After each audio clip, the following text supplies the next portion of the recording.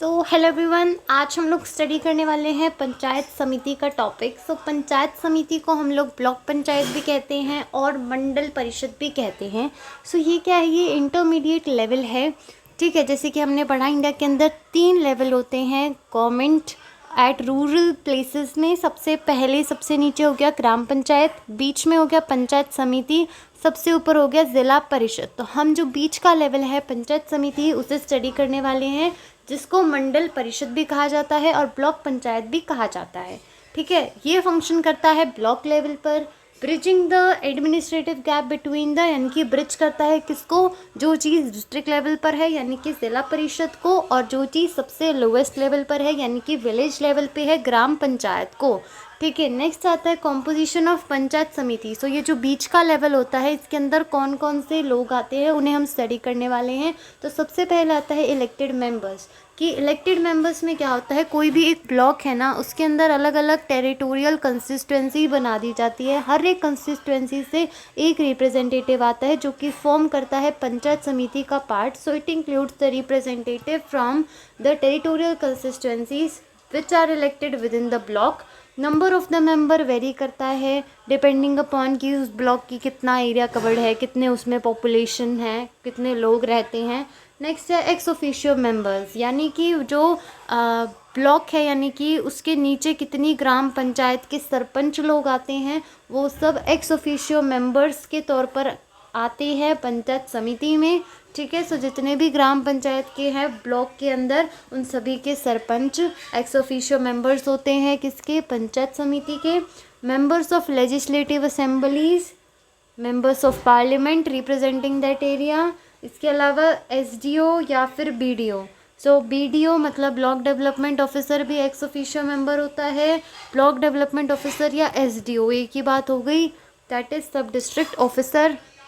ठीक है, नेक्स्ट आता है कोऑप्टेड मेंबर्स, यानी कि और ज़्यादा जो भी मार्जिनलाइज्ड सेक्शन के लोग हैं उनको भी इंक्लूड करने के लिए कि उनके भी डिसीजंस लिए जाएं, तो उसके लिए भी रिप्रेजेंटेटिव्स फ्रॉम एससी, एसटी और वुमेन जो हैं वो सिलेक्ट किए जाते हैं if not adequately represented in the panchayat समिति from those elected members.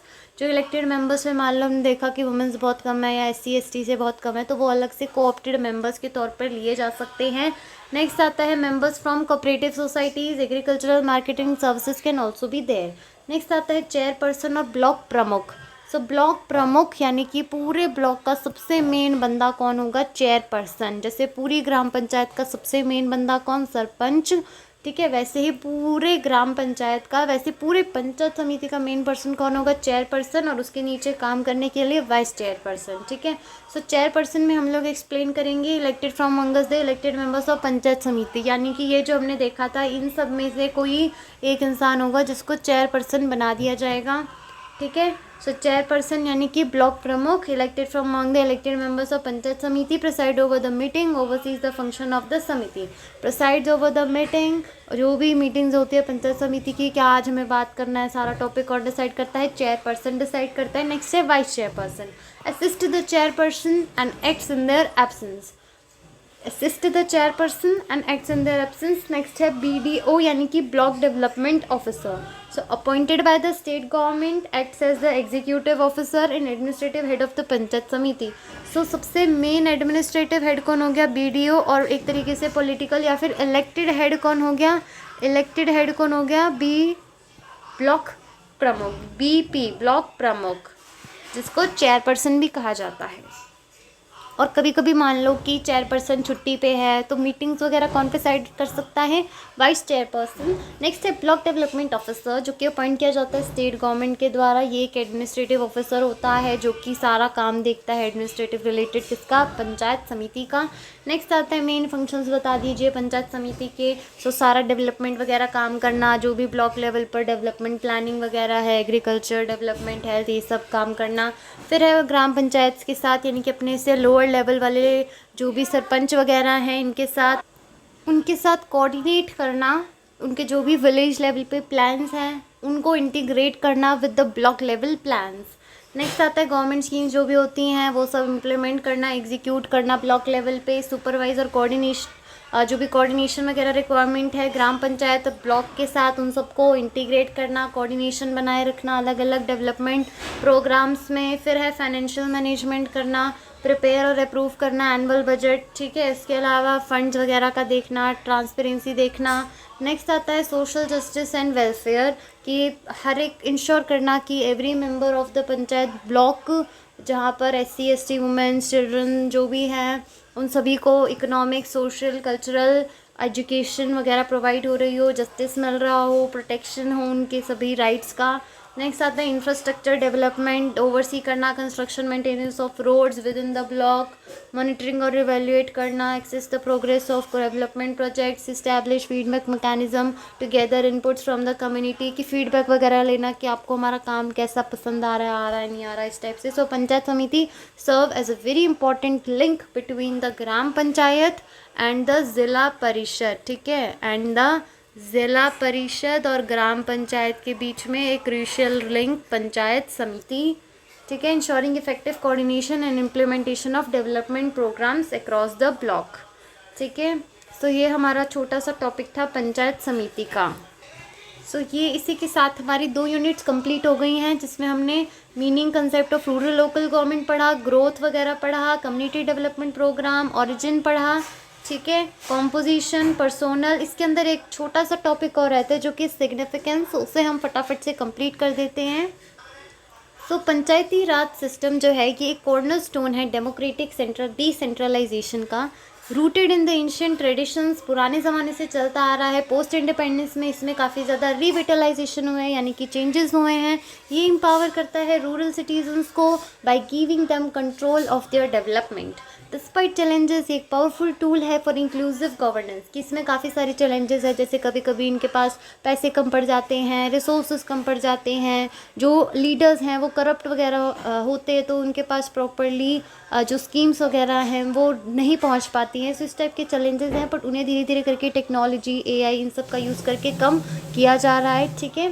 So despite challenges, ये फिर भी एक पावरफुल टूल है इंक्लूसिव गवर्नेंस के लिए, डेमोक्रेसी को ग्रास रूट लेवल तक पहुंचाने के लिए और पार्टिसिपेटरी प्लानिंग के लिए।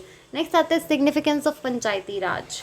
सबसे पहला, सिंपल, पावर को डिसेंट्रलाइज करने के लिए, गवर्नेंस को लोगों तक नज़दीक पहुंचाना, लोग जो है वो क्लोजली जो है एनालाइज कर सकते हैं, समझ सकते हैं किस तरीके से सरकार काम करती है, एम्पावर करती है सिटीजन्स को कि वो भी पार्टिसिपेट करें प्लानिंग में, डेवलपमेंट में, एग्जीक्यूशन में, अपनी फीडबैक्स दें, अपने विचार प्रस्तुत करें सरकार के सामने, ठीक है, अपने रिप्रेजेंटेटिव्स के सामने जो वो खुद इलेक्ट करते हैं। नेक्स्ट आता है ग्रास रूट डेमोक्रेसी, की first democratic experience for many citizens, encourage political awareness, leadership development, कि बहुत सारे लोग जो होते हैं जो अपना पॉलिटिकल करियर एक गाँव से स्टार्ट करते हैं और धीरे धीरे करके गाँव से स्टेट से सेंट्रल लेवल तक पहुंचते हैं, तो वो जो उनका एक्सपीरियंस होता है लोकल लेवल का, वो उनको बहुत स्ट्रॉन्ग लीडर बनाता है एट अ सेंटर।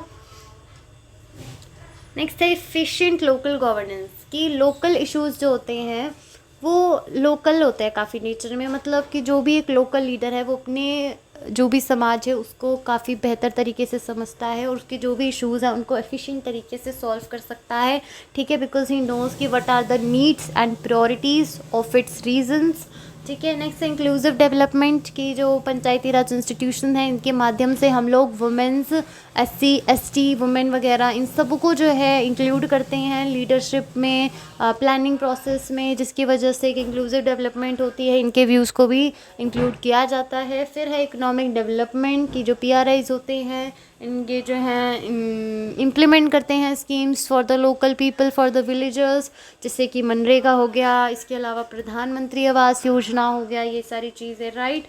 और ये फोकस करते हैं एम्प्लॉयमेंट, इंफ्रास्ट्रक्चर, सैनिटेशन, डेवलपमेंट, इन सारी चीज़ों पे।